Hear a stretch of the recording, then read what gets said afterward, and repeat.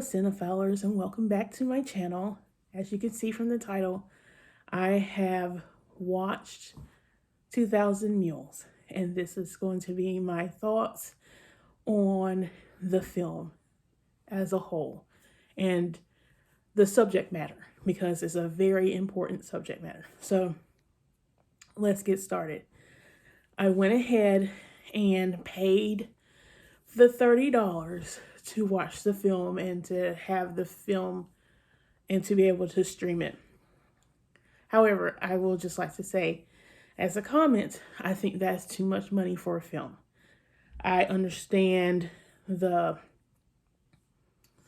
point behind everything. I get it. Trust me, I get it.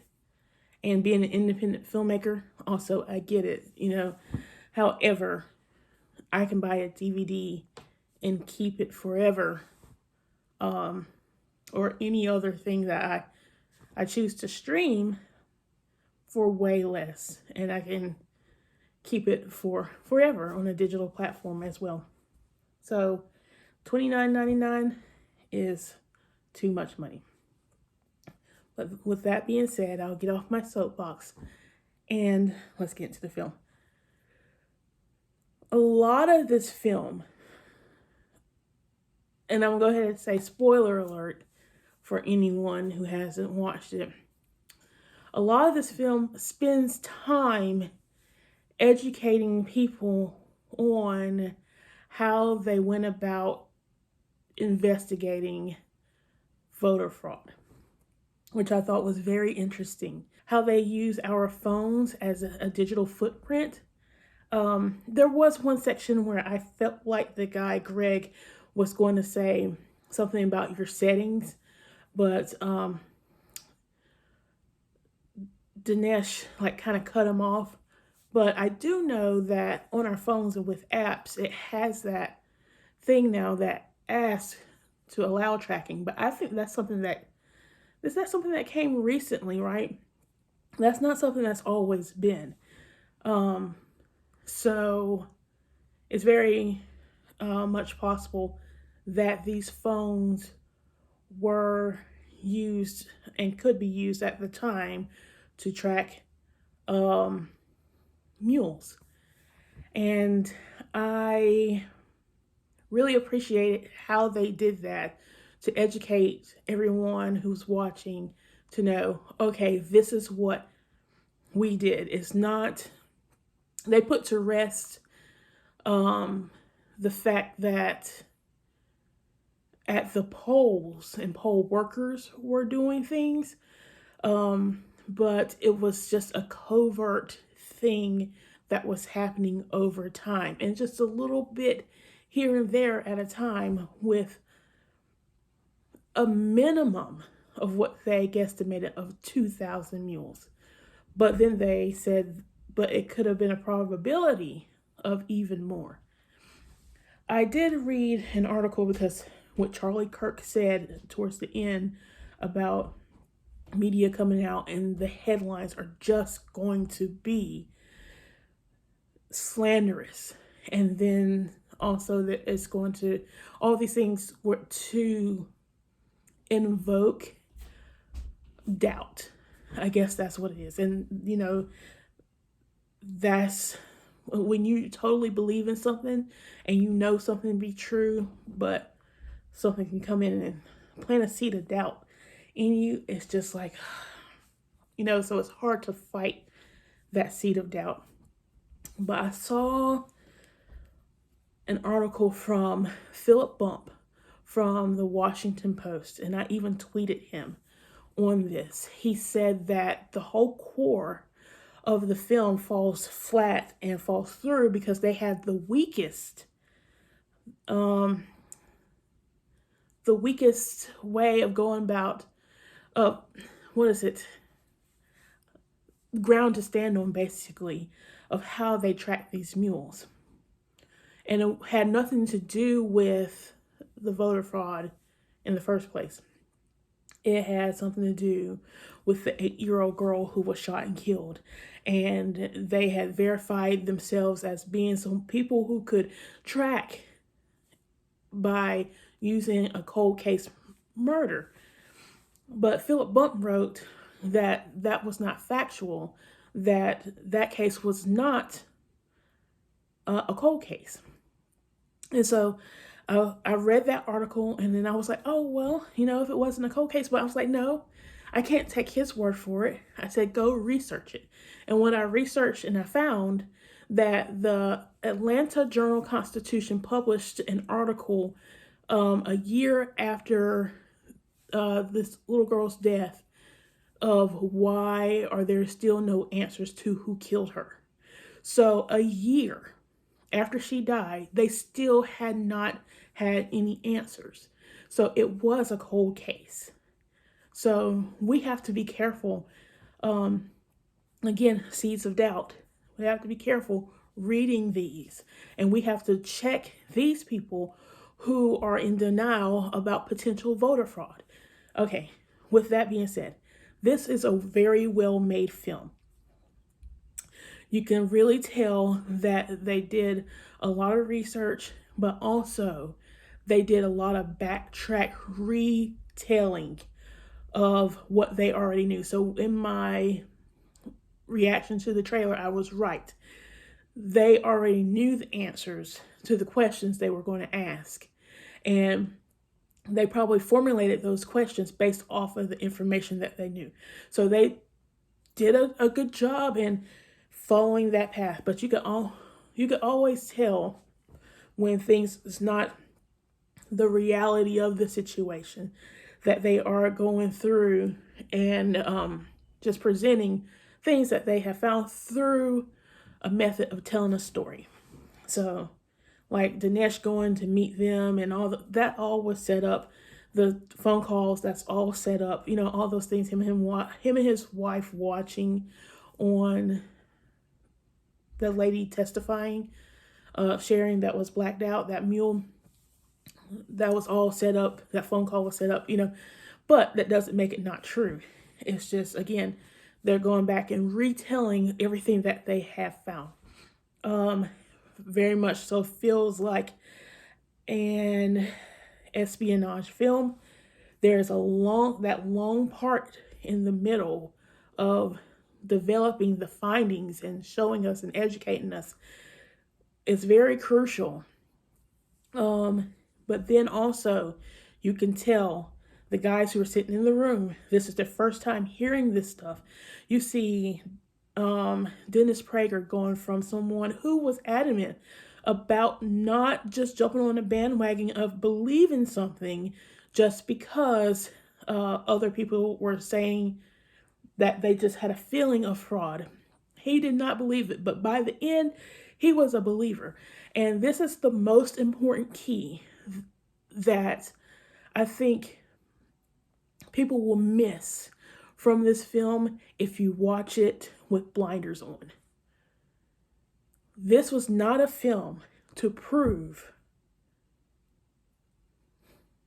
that Donald Trump won the 2020 election. This is not what that film was about. It painted a picture of what could have happened if fraud didn't take place. What it really presented to the United States citizens, who should all step back and be like, this is happening in our country. This is not about Republican or Democrat.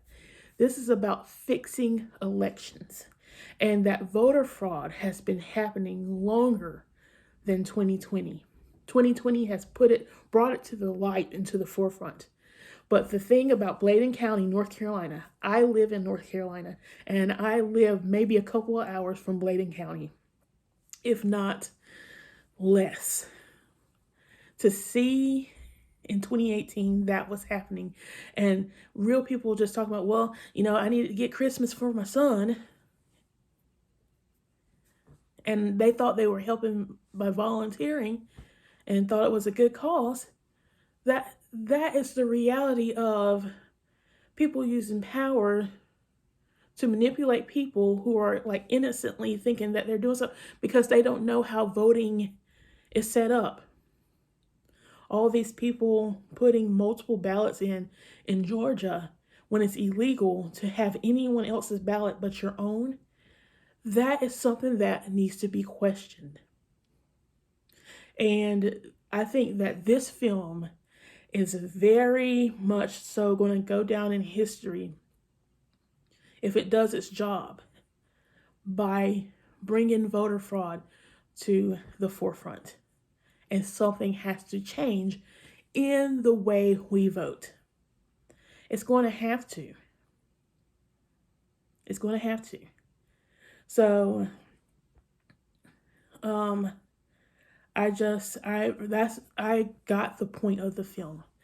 And the whole reason why Dinesh D'Souza wanted to get this out here is for people with integrity to say, if this film has any merit and we don't investigate it at all, then we are falling short on our constitutional duty as representatives, senators, congressmen, men and women. This is almost like being whistleblowing. Or if he's lying to the public, this is a huge lie and he needs to be investigated. So either way, what has been said needs to be investigated. And I think that's the whole point of 2000 Mules. I saw a lot of people fact checking and all these things like that. And all the articles about Donald Trump, it painted one picture about Trump. That's it, about Electoral College. And if the projections of Mules that they found, if that would change the outcome of the election, what it would look like. But that's not what they did. They showed you that there is voter fraud going on. No matter who's on the ballots. Maybe Trump was trying to commit voter fraud and didn't beat Biden out. We don't know. We don't know what happened. I just know on election night, I was watching the Daily Wire live stream the election. And they had their backstage going on and they were talking. And then I also was going over to the Associated Press and I was going back and forth. And I saw Virginia. And this was like around 9 o'clock. And I was looking at it and I was typing in the live chat for the Daily Wire. And Virginia was called for Biden. But I saw how many precincts were reporting. It was like only 70 some precincts. Trump was in the lead by like 1 million votes. And I was writing in the live chat, I said, y'all see Virginia? Do you see what's going on in Virginia? What's going on in Virginia? What's going on in Virginia? And clear as day, God said to me, the media's been lying all along. Why are you believing them now? And that's when I shut it off. I'm like, yes, people have been lying so much and been lying to the public. And this has been political theater. And to get people to go and be and do. And it's like, you don't know what to believe anymore. But I'm telling you this, not only as a filmmaker, not only as a critic, and not only as an American citizen, but I'm telling you this as a woman of God who walks with God and who yearns for the spirit of truth to reveal all things. He'll reveal all things, and you'll know the truth from the lie. You'll know it. And that's why people knew it's like there is something going on and we're not going to rest until we find out. So I will have to say my hat's off to Dinesh for putting his neck out there like that to do a film like this. It does not prove who won the election, but it does prove that fraud was involved. And that is not something that we should be practicing as a free nation, where we, the people, are the ones that the government works for and they answer to. I hope you all have a great day. Oh, and by the way, that soundtrack, my goodness, I'm like, can I get the soundtrack, please? I love film score soundtracks, and they have an awesome soundtrack. I saw the composer, I forgot his name, but I'm gonna go back and see. I'm gonna rewatch this film again. I'm recommending it to my friends and my family, and I'm recommending it to all of you. If you get a chance to watch it, and you know someone who's bought it, and y'all can share. I again, I stand by. I saw that Dinesh D'Souza's wife, I think her name is Debbie, she had tweeted out about, going to watch it, and I tweeted back to her and said $29.99 is steep for a film. Just because you're conservatives don't mean you get a pass. So I'm just saying, there's a lot of messages out there that are very important, and filmmakers don't charge that much for a film. So anyway, I hope you all have a great day. Let me know your thoughts on the film. Like I said, the film as a whole is very well told. He always does a good job telling the story, but he tells the story after he finds out information, that he goes back. So they kind of write the documentary. Me, as a documentary filmmaker, I'm more of a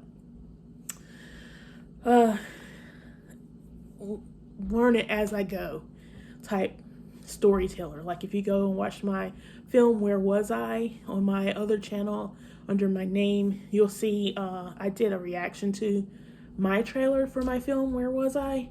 The link to the film is in that in the description of that trailer reaction.